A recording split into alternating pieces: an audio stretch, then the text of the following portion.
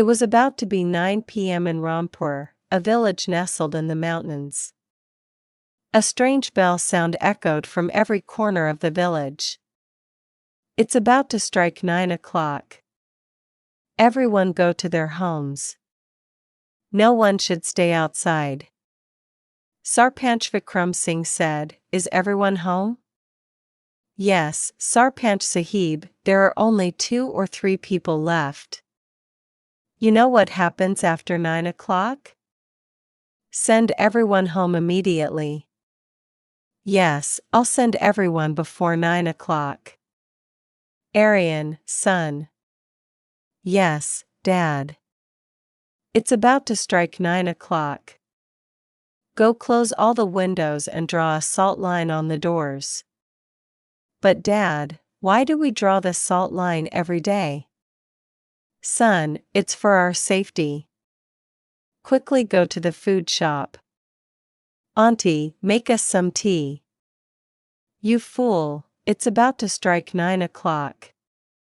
Get out of here." "You old woman, this is all nonsense. I don't believe these things."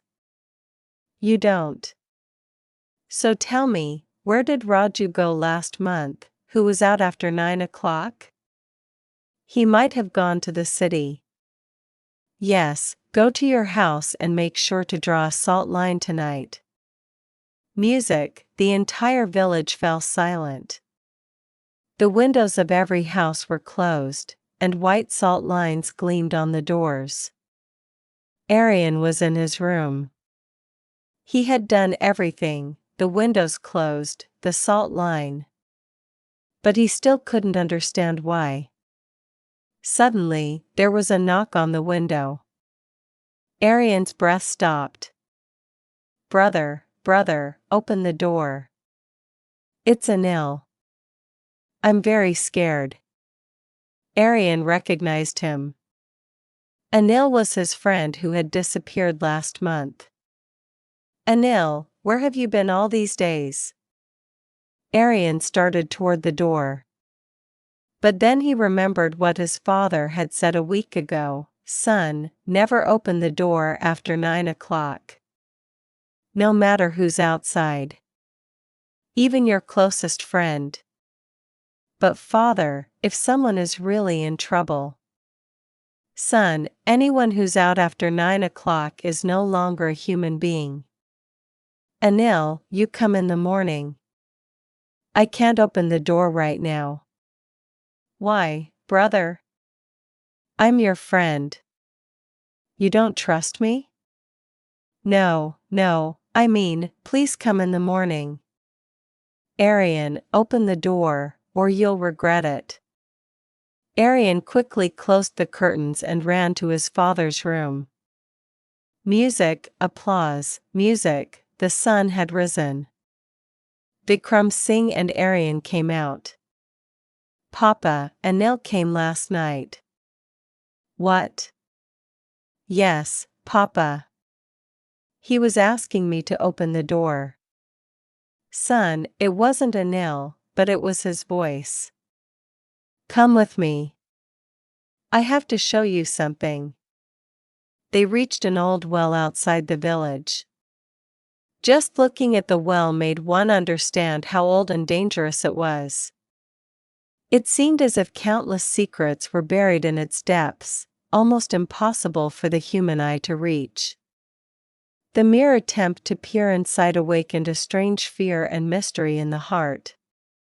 It seemed as if someone really peered inside, they might see not just water but also terrible truths hidden for centuries. "Son, do you see this well?" "Yes, Dad. It's very old. 50 years ago, a child fell into this well. His name was Anil." "What?" But my friend."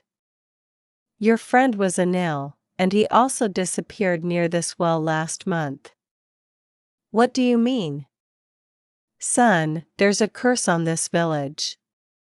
50 years ago, when the first Anil fell into the well, The villagers didn't try to save him because he was a child from a poor family. That child's mother cursed this village as she died. She said, just as my son was allowed to die alone, every 50 years a child from this village would become his companion. And the salt line. Salt is a sacred thing. It keeps those spirits from entering the house. But if someone opens the door themselves, even salt can't save them. But Dad, isn't there a way to break this curse? There is a way, but it's very dangerous. It's 9 p.m. Ramesh is sitting in his house, drinking. It's all nonsense. There are no ghosts. He hadn't even drawn a line of salt. Papa, Papa, open the door. Ramesh woke up. It was the voice of his daughter, who had died 10 years ago. Ria, he said. Yes, Papa, I'm back, please let me in. But I'm alive, Papa, he said. Please open the door. Ramesh, drunk and yearning to see his daughter, rushed to the door. Papa, Uncle Ramesh didn't draw a line of salt today, didn't he? Come on, quickly. Bikram Singh and Aryan came running outside Ramesh's house. Ramesh was about to open the door. Ramesh, wait, he said. But it was too late. Ramesh opened the door. There was no one in front, only darkness. Ria, where are you? I'm here, Papa. Suddenly, several hands emerged from the darkness and pulled Ramesh inside. His scream echoed throughout the village. The door slammed shut. Bikram Singh and Aryan returned home, unable to do anything. Bikram Singh thought for a moment and said to Aryan, Aryan, son, go to sleep. We have to get up early tomorrow. Aryan was about to ask something when Bikram Singh went into his room.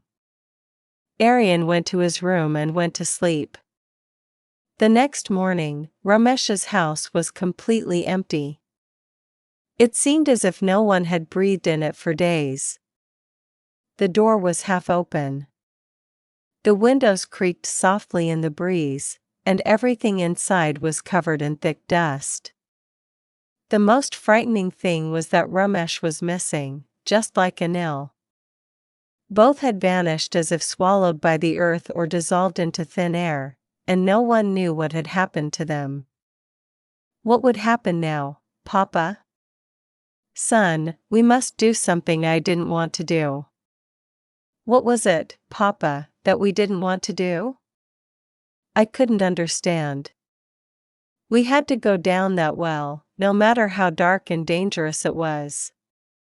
We couldn't turn back without giving Anil peace. If his soul was trapped there, we had to free it. Perhaps therein lay the true answer to this mystery. That night, Bikram Singh, Aryan, and some villagers stood silently near the old well. It was 8:50 p.m., and the sky was overcast. A slight breeze blew, stirring the leaves of the trees as if an invisible hand were touching them. The well was shrouded in darkness, and the entire atmosphere was shrouded in an eerie silence.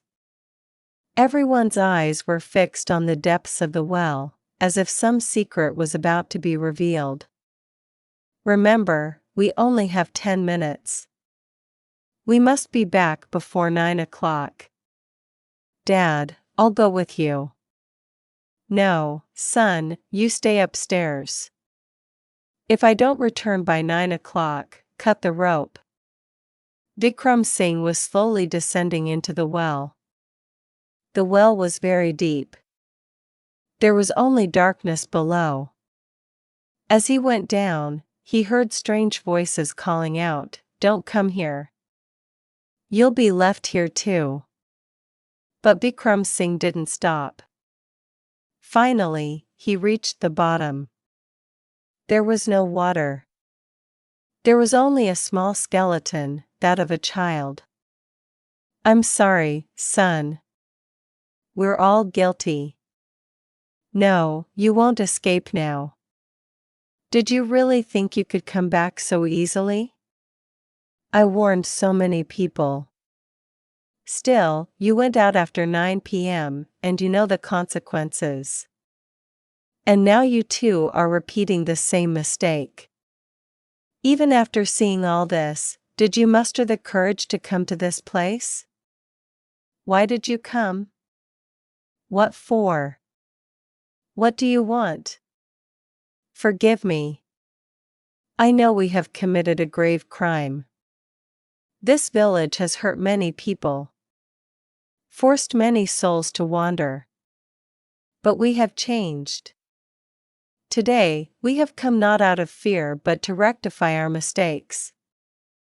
Please forgive them. Otherwise, this village will never be able to breathe. Forgive so easily those nights when no one could even scream. Those people who did not return alive but who will bear the account of those pains. If you want an account, then take it, but give this village one last chance. We have called you today, not to hide, but to end everything. Up for 8:58 Papa, only 2 minutes left. Vikram, come up quickly. But there was no response. 8:59 Papa, 1 minute, please come up. Just then, the rope stirred. The bell rang at 9 o'clock. Papa, Vikram Singh came up, exactly on time. From that night, everything in the village changed. There was no sound after 9 o'clock. There was no knocking. The curse was broken.